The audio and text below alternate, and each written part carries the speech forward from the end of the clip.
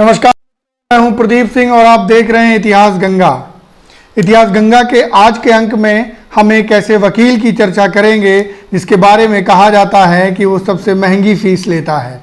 एक ऐसा वकील जिसे वकालत विरासत में मिली है, एक ऐसा वकील जो अरुण जेटली का खास दोस्त था और लोधी गार्डन के किस्से उसके साथ साझा होते थे।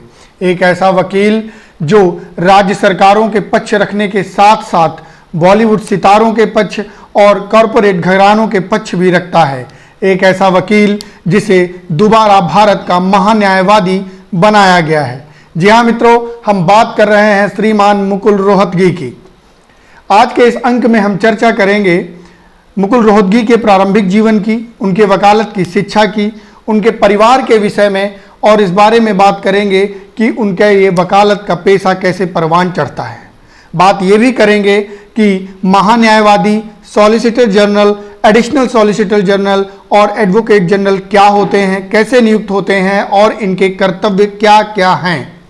बात इस बात पे भी होगी कि मुकुल रोहतगी ने वो कौन कौन से ऐसे केसेस हैं जिन पे अपनी वकालत की मोहर लगा के बहुत सारा नाम और बेशुमार दौलत कमाई है। जी हाँ, प्रारंभ करते हैं।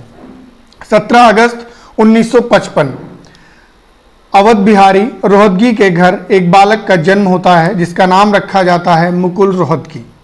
ये अवध बिहारी रोहतगी दिल्ली हाई कोर्ट के जज रहे हैं। स्पष्ट है कि मुकुल रोहतगी को वकालत विरासत में मिली है। आगे बढ़ते हैं और वो मुंबई कॉलेज ऑफ लॉ से अपना लॉ कंप्लीट करते हैं। लॉ कंप्लीट करने के बाद वो योगेश कुमार सभरवाल के अंडर अपनी लॉ की प्रैक्टिस शुरू करते हैं। ये सभरवाल साहब वही हैं जो भारत के 36वें मुख्य न्यायाधीश घोषित किए गए थे। धीरे धीरे उनका वकालत का पेशा आगे बढ़ता है, थोड़ा मैच्योर होता है। उसके बाद 1993 में वो दिल्ली हाई कोर्ट की तरफ से वरिष्ठ वकील घोषित करते हैं और 1999 आते आते अटल जी की सरकार में उन्हें एडिशनल सॉलिसिटर जनरल घोषित किया जाता है। मुकुल रोहतगी की जो पत्नी है वसुधा रोहतगी, वो भी पेशे से एक वकील हैं, लेकिन गृह कार्यों में व्यस्तता के कारण वो वकालत का पेशा छोड़कर घर के कामकाज देखती हैं और मुकुल रोहतगी के वकालत के पेशे में उनका सहयोग करती हैं। मुकुल और वसुधा के 2 पुत्र हैं, वो दोनों पेशे से वकील हैं। अब आते हैं आज के मुख्य विषय पर। ऐसा नहीं है कि मुकुल रोहतगी पहली बार महान्यायवादी बन रहे हैं। महान्यायवादी अटॉर्नी जनरल को ही हिंदी में महान्यायवादी कहते हैं। जून 1914 से जून 1917 तक मुकुल रोहतगी एक बार पहले भी भारत के महान्यायवादी रह चुके हैं। अब वो दोबारा के वेणुगोपाल साहब के स्थान पर भारत के नए महान्यायवादी बनेंगे। 1 अक्टूबर 2022 को वो अपना नया कार्यकाल प्रारंभ करेंगे। इसके पहले मैं ये बता दूं कि मुकुल रोहतगी साहब के पहले के वेणुगोपाल का कार्यकाल समाप्त हो ही रहा था, लेकिन उन्हें 3 माह के लिए यानी कि 30 सितंबर तक के लिए एक्सटेंड किया गया और इसके बाद 1 अक्टूबर 2022 से मुकुल रोहतगी भारत के महान्यायवादी पद पर आसीन होंगे और अपना कार्यभार प्रारंभ करेंगे। अब बात ये करते हैं कि महान्यायवादी होता क्या है, महान्यायवादी की नियुक्ति कैसे होती है और महान्यायवादी के कर्तव्य क्या है, अधिकार क्या है। भारतीय संविधान के अनुच्छेद 76 के अंतर्गत भारत का राष्ट्रपति भारत के महान्यायवादी की नियुक्ति करता है, लेकिन उसे इस नियुक्ति के पहले तत्कालीन या वर्तमान जो भी केंद्र सरकार है उससे सलाह लेनी होती है। अर्थात केंद्र सरकार की सलाह पर भारत के महामहिम राष्ट्रपति भारत के महान्यायवादी की नियुक्ति करते हैं। महान्यायवादी पद पर आसीन होने के लिए योग्यता क्या क्या होनी चाहिए? सर्वप्रथम भारत का नागरिक हो और दूसरा वह सुप्रीम कोर्ट का जज बनने की जो भी योग्यताएं हैं वो रखता हो, अर्थात कम से कम 10 वर्ष की सुप्रीम कोर्ट की वकालत का अनुभव उसके पास होना चाहिए। भारतीय संविधान के अनुच्छेद 88 के तहत भारत का महान्यायवादी संसद में उपस्थित रहता है, उसकी कार्रवाई में भाग लेता है, अपने विचार भी रख सकता है, परंतु मताधिकार में भाग नहीं ले सकता है, अर्थात मत नहीं दे सकता है। अब उनके कर्तव्य क्या क्या हैं? महान्यायवादी अर्थात अटॉर्नी जनरल भारत का सर्वोच्च विधिक अधिकारी होता है, केंद्र सरकार का कानूनी सलाहकार होता है और इसके साथ साथ उन सारी कानूनी जिम्मेवारियों को पूरा करता है, निर्वहन करता है जो भारत के महामहिम राष्ट्रपति द्वारा उसको प्रेषित की जाती हैं।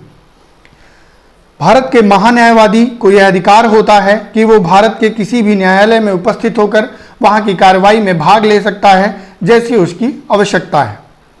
भारत के महान्यायवादी के सहयोग के लिए एक सॉलिसिटर जनरल की नियुक्ति की जाती है। यह भी पद संख्या में एक ही होता है और एक प्रकार का वैधानिक पद है। सॉलिसिटर जनरल के सहयोग के लिए एडिशनल सॉलिसिटर जनरल के पद होते हैं जिनकी संख्या 4 होती है और ये भी वैधानिक पद है। मित्रों, जब हम यहाँ एडिशनल सॉलिसिटर जनरल की बात कर रहे हैं तब मैं ये भी बताता चलूं कि मुकुल रोहतगी साहब भी सॉलिसिटर जनरल रह चुके हैं। अब आते हैं राज्य में। जिस प्रकार केंद्र की सरकार के कानूनी सलाहकार के रूप में भारत के महान्यायवादी के पद को विकसित किया गया है, उसे संवैधानिक किया गया है, उसी प्रकार राज्य में राज्य के कानूनी सलाहकार के रूप में अनुच्छेद 165 के अंतर्गत एडवोकेट जनरल अर्थात महाधिवक्ता की नियुक्ति की जाती है। ये लगभग वैसे ही कार्य करते हैं जैसे कि केंद्र में महान्यायवादी करता है। केंद्र में महान्यायवादी की नियुक्ति भारत के महामहिम राष्ट्रपति करते हैं और राज्य में महाधिवक्ता अर्थात एडवोकेट जनरल की नियुक्ति राज्य के राज्यपाल महोदय द्वारा की जाती है। अब ये तो पूरा एक खाका हो गया कि भारत के महान्यायवादी, solicitor general, additional solicitor general और राज्य में महाधिवक्ता के पद कैसे होते हैं, कैसे सरवाइव करते हैं, उनकी नियुक्ति कैसे होती है और कैसे ही वो कार्य करते हैं। अब आते हैं मुकुल रोहतगी साहब के उन केसों के बारे में जिनके बारे में ये कहा जाता है कि एक एक करके जैसे वो बड़े बड़े केसों को लेते गए, उन पे अपनी सफलता की, अपनी वकालत की मोहर लगाते गए, वो देश के सबसे महंगे वकील साबित हुए। सबसे पहले बात उस केस की करते हैं जो पिछले कुछ दिनों बड़ी चर्चा में रहा। बॉलीवुड के बहुत ही प्रख्यात नायक शाहरुख खान, उनके बेटे हैं आर्यन खान। आर्यन खान कुछ दिनों पहले ही मुंबई में, महाराष्ट्र में एनसीबी के एक ड्रग्स के केस में पकड़े जाते हैं। उनके ऊपर यह आरोप होता है कि ये ड्रग्स लेते हैं या ड्रग्स की पैडलिंग करते हैं।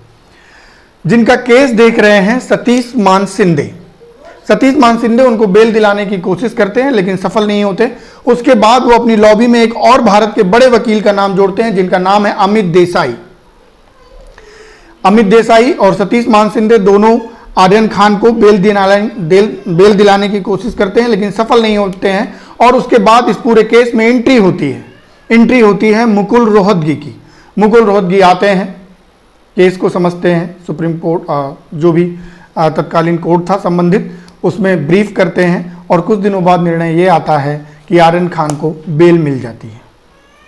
अब चलते हैं पहले क्या होता है मित्रों, भारत का एक बहुत ही विवादित विषय रहा है गुजरात दंगा।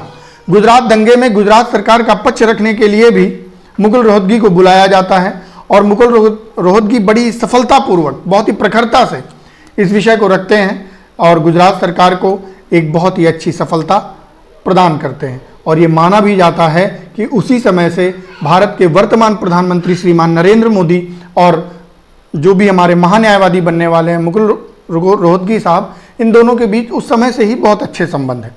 उसके बाद क्या होता है मित्रों कि एक ऐसा केस आता है, एक ऐसा केस जो इस बात की मोहर लगाता है कि मुकुल रोहतगी भारत के सबसे महंगे वकील हैं। क्या होता है, कुछ दिनों पहले सीबीआई स्पेशल जज होते हैं जस्टिस लोया, उनका मर्डर हो जाता है, उनकी हत्या हो जाती है।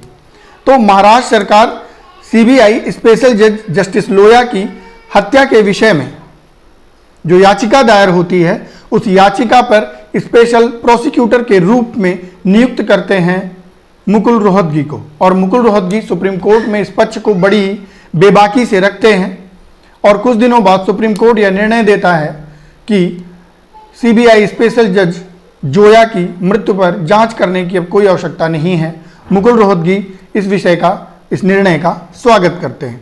उसके कुछ दिनों बाद ही एक महत्वपूर्ण और प्रख्यात पत्र इकोनॉमिक्स टाइम्स में उस जनहित याचिका का उल्लेख किया जाता है जिसके अंतर्गत महाराष्ट्र सरकार से यह पूछा गया था कि इस कार्य के लिए मुकुल रोहतगी ने कितने पैसे लिए हैं और उस जनहित याचिका के जवाब में महाराष्ट्र सरकार बताती है कि इस केस के लिए मुकुल रोहतगी ने 1 करोड़ 20 लाख रुपए लिए हैं और उनके ऊपर इस बात की मोहर लग जाती है कि वो भारत के सबसे महंगे वकील हैं। और ऐसा नहीं है कि केवल राजनेताओं के साथ या राज्य सरकारों के साथ या बॉलीवुड एक्टर और एक्ट्रेस के साथ ही उनके बहुत अच्छे संबंध हैं, उन्हीं का केवल केस लड़ते हैं, नहीं, भारत के जो सबसे बड़े कॉरपोरेट घराने हैं उनके केस भी मुकुल रोहतगी ने सुलझाए हैं। जी हाँ, भारत का सबसे बड़ा कॉरपोरेट घराना अंबानीज, जब मुकेश अंबानी और अनिल अंबानी के बीच में गैस विवाद चल रहा था तब अनिल अंबानी का पक्ष रखने के लिए मुकुल रोहतगी ही आए थे। मित्रों, आप लोगों को याद होगा कि कुछ दिनों पहले एक इतालवी मरीन पर 2 भारतीय मछुआरों की हत्या कर दी जाती है और उस हत्या के बाद जब वो पूरा केस कोर्ट में फाइल होता है तो इटली दूतावास की तरफ से अपने विषय को न्यायालय में रखने के लिए जिस वकील को नॉमिनेट किया जाता है वो वकील होते हैं मुकुल रोहतगी, और मुकुल रोहतगी बड़ी सफलतापूर्वक उस केस को सुलझाते हैं। केवल इतने ही केस नहीं, एक लंबी फहरिस्त है जिनको बड़ी सफलतापूर्वक मुकुल रोहतगी ने सुलझाया है, और उनमें से है बेस्ट बेकरी केस, आशीष गौड़ा केस, जाहिरा शेख केस, और इस तरह के जाने कितने केस हैं जिनको मुकुल रोहतगी ने बड़ी बेबाकी के साथ और अपनी वकालत के हुनर के साथ समाप्त किया, सफलतापूर्वक समाप्त किया। जब हम ये बात कर रहे हैं कि मुकुल रोहतगी आने वाले समय में देश के महान्यायवादी बनेंगे, उसी समय भारत के एक और प्रख्यात वरिष्ठ वकील अश्विनी उपाध्याय का भी एक स्टेटमेंट मैं कोट करना चाहता हूं, जिसमें उन्होंने कहा है कि मुकुल रोहतगी के लिए भारत का महान्यायवादी पद को किसी भी प्रकार से फूलों की सेज नहीं होगी, यानी कि बहुत ही कठिन होने वाला है, क्योंकि वर्तमान समय में 400 से अधिक संवैधानिक मामले पेंडिंग है जिनके लिए मुकुल रोहतगी और उनकी टीम को खासी मेहनत करनी पड़ेगी, और मेहनत करेंगे क्योंकि उनका पेशा ऐसा है और उनका हुनर है, वो बहुत ही हुनरमंद है, स्किल्ड हैं, और हम सब आशा भी करते हैं कि वो एक अच्छी खासी टीम के साथ अच्छी मेहनत करें जिससे भारतीय न्यायिक प्रक्रिया में काफ़ी सफलताएं हों और स्मूथनेस आए और देश को उसका फ़ायदा मिले। इसी आशा के साथ हम मुकुल रोहतगी को गुड लक विश करते हैं। जय हिंद, जय भारत, वंदे मातरम।